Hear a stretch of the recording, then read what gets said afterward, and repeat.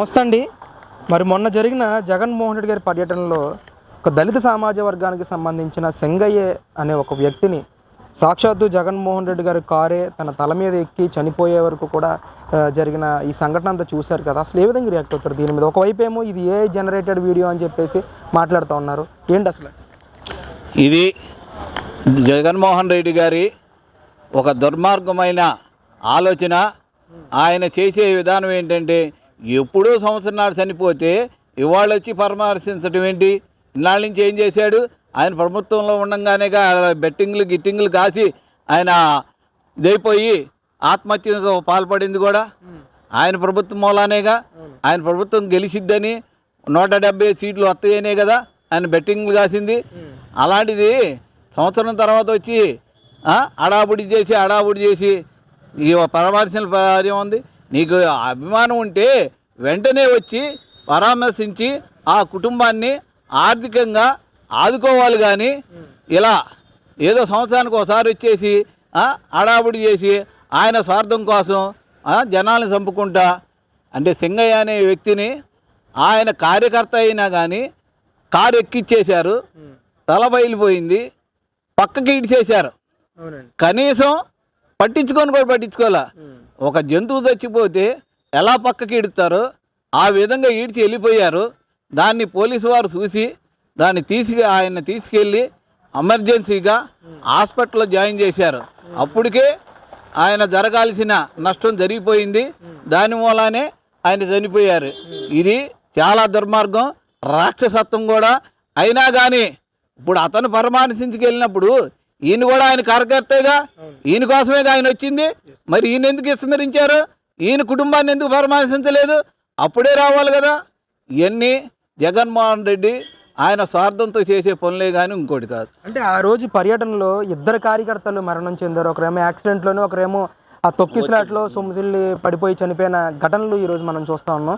వీళ్ళిద్దరి గురించి కూడా ఏ డిబేట్స్లో కానీ లేకపోతే ఆయన పెట్టిన ప్రెస్ మీట్లో కానీ ప్రస్తావించకపోవడాన్ని ఎలా చూడొచ్చు అంటారు? అసలు ఆయనకి ప్రజల మీద కానీ కార్యకర్తల మీద కానీ అభిమానం లేదు. ఆయన అంతసేపు స్వార్థపరుడు, తనకి లాభం కోసమే చేస్తాడు. కానీ అదే ఆయన స్వార్థం లేకపోతే, అదే కార్యకర్తలను ఆదుకోవాలనే మనస్తత్వం ఉంటే ఇద్దరిని ఇప్పుడు వచ్చి దిగి వెంటనే అతను హాస్పిటల్లో జాయిన్ చేయాలి.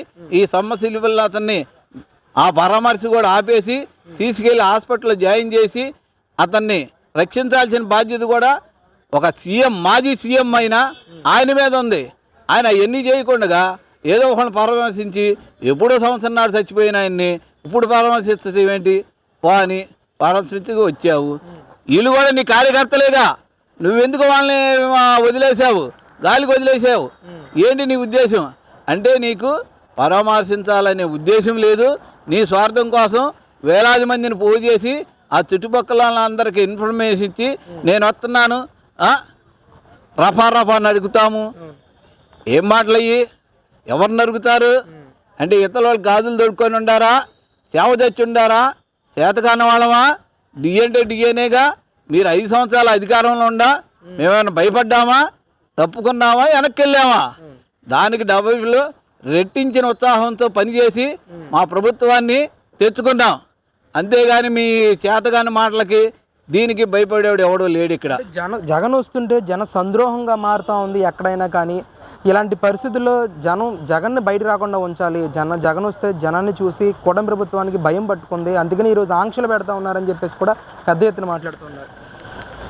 ఇప్పుడు ఒక నియోజకవర్గంలో ఎక్కడో ఒకసారి మూలన పెట్టాడు అనుకో, వాళ్ళు ఏం చేస్తున్నారు? 175 నియోజకవర్గాల నుంచి జనాన్ని పోగు చేసుకొస్తున్నారు.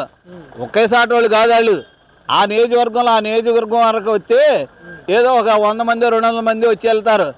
ఎలా కాదు, అక్కడున్న 175 నియోజకవర్గాల ఎమ్మెల్యేలకి మీరు కనీసం ఇంతమందిని తీసుకురావాలని వాళ్ళకి ఆంక్షలు విధించి వచ్చిన జనమే, ప్లస్ వాళ్ళందరూ కూడా డబ్బులు తీసుకొని వచ్చిన జనమే.